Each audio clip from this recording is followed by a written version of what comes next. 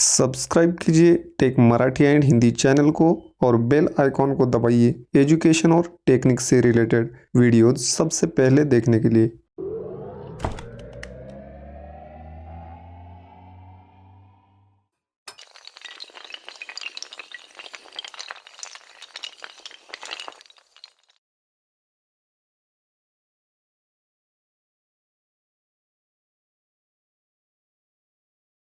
सर्व स्पर्धा परीक्षांसाठी उपयुक्त 100 म्हणी अर्थासह भाग क्रमांक 1. अन्न छत्री जेवणे वर मिरपूड मागणे म्हणजेच दुसऱ्याकडून आवश्यक ती धर्मार्थ मदत घ्यायची, त्याशिवाय आणखीही काही गोष्टी मागून मिजास दाखवणे. आडला हरी गाढवाचे पाय धरी म्हणजेच एखाद्या बुद्धिमान माणसाला देखील अडचणीच्या वेळी मूर्ख दुर्जन माणसाची विनवणी करावी लागते. अंगावरचे लेणे जन्मभर देणे म्हणजेच दागिन्याकरिता कर्ज करून ठेवायचे आणि ते जन्मभर फेडीत बसायचे. असंगाशी संग आणि प्राणाशी गाठ म्हणजेच दुर्जन माणसांशी संगत केल्यास प्रसंगी जीवालाही धोका निर्माण होतो.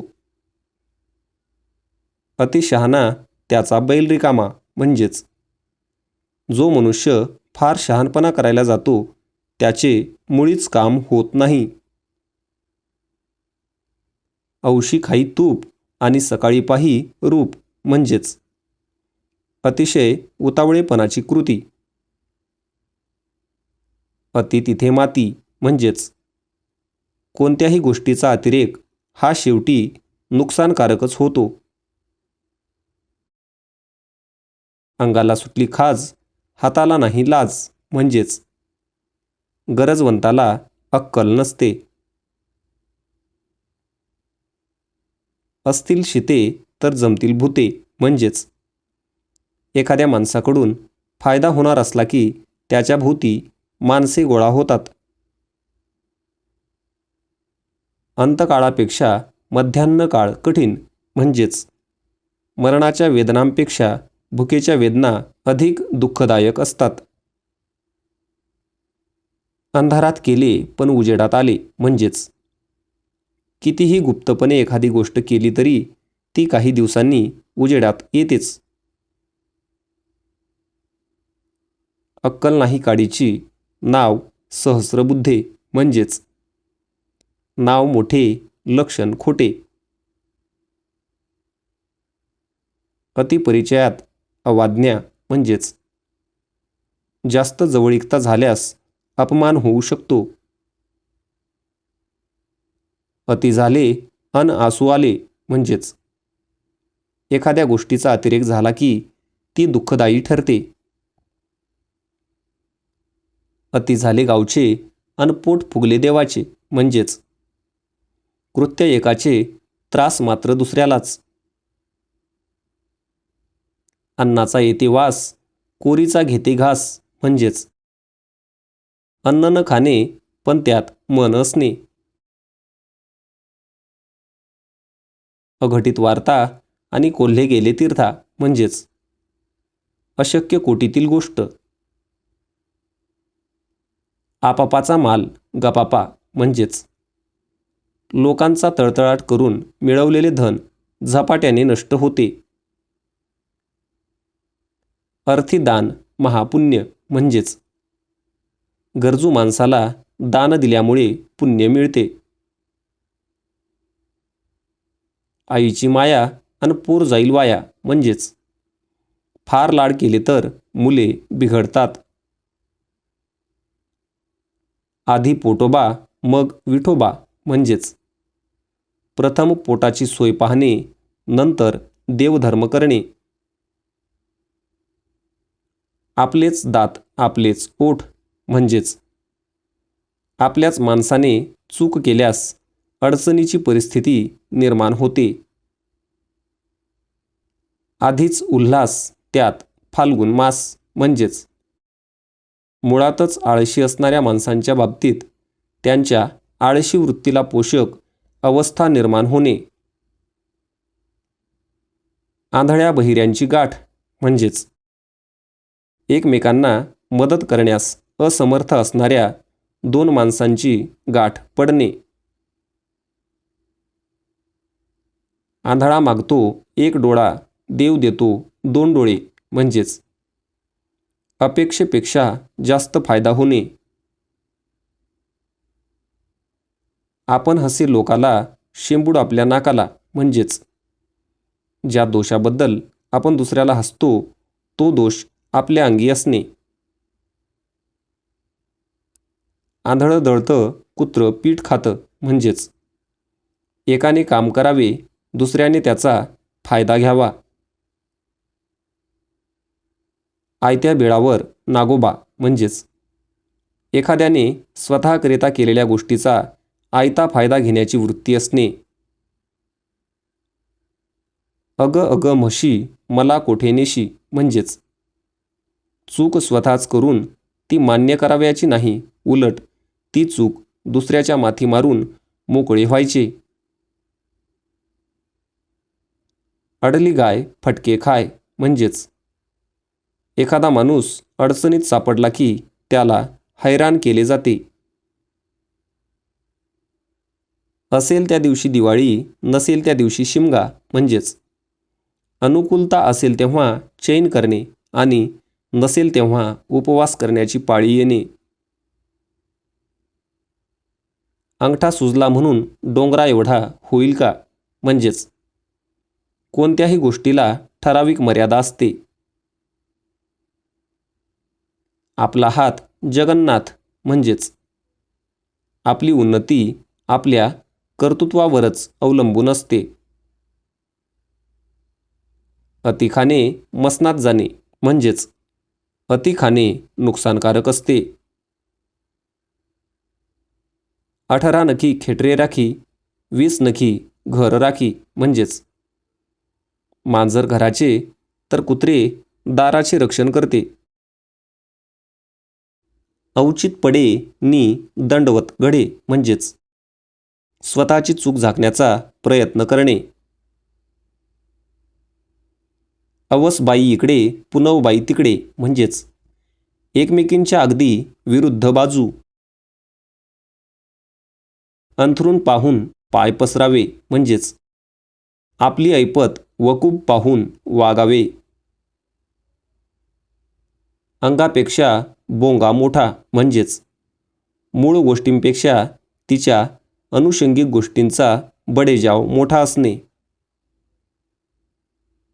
आपला तो बाब्या, दुसऱ्याचे ते कार्टे म्हणजेच स्वतःच्या बाबतीत असणारे चांगले विचार दुसऱ्याच्या बाबतीत न ठेवण्याची वृत्ती असणे. आपली पाठ आपणास दिसत नाही म्हणजेच स्वतःचे दोष स्वतःला दिसत नाहीत. आजा मेला नातू झाला म्हणजेच एखादे नुकसान झाले असता त्याच वेळी फायद्याची गोष्ट घडणे. आत्याबाईला जर मिशा असत्या तर म्हणजेच नेहमी एखाद्या कामात जर तर या शक्यतांचा विचार करणे. आपल्याच पोळीवर तूप ओढणे म्हणजेच फक्त स्वतःचाच तेवढा फायदा साधून घेणे.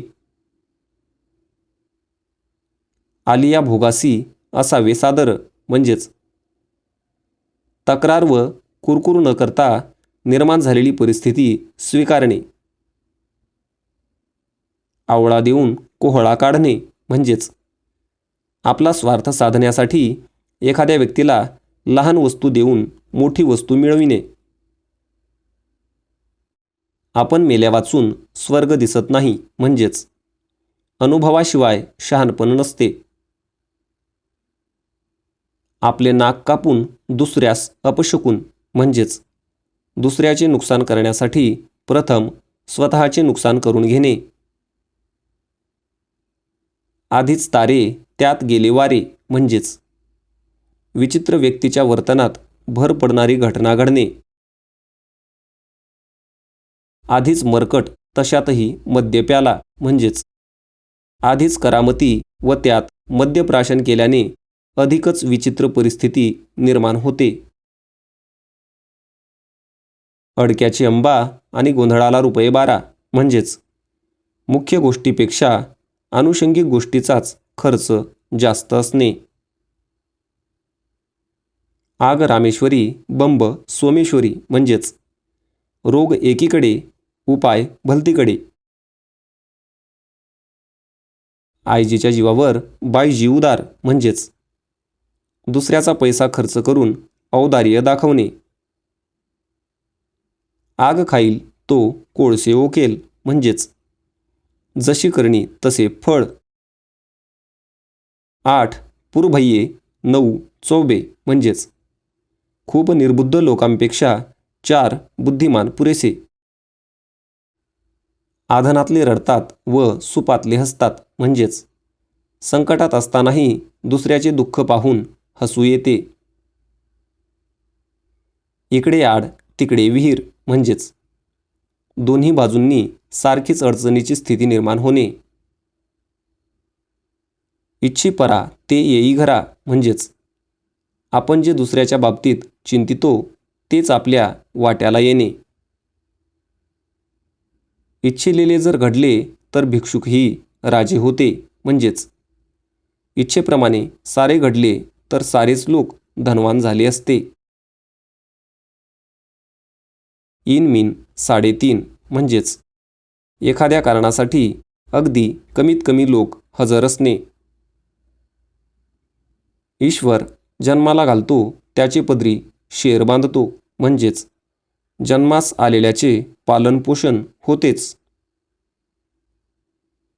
उथळ पाण्याला खळखळाट फार म्हणजेच अंगी थोडासा गुण असणारा माणूस जास्त बढाई मारतो.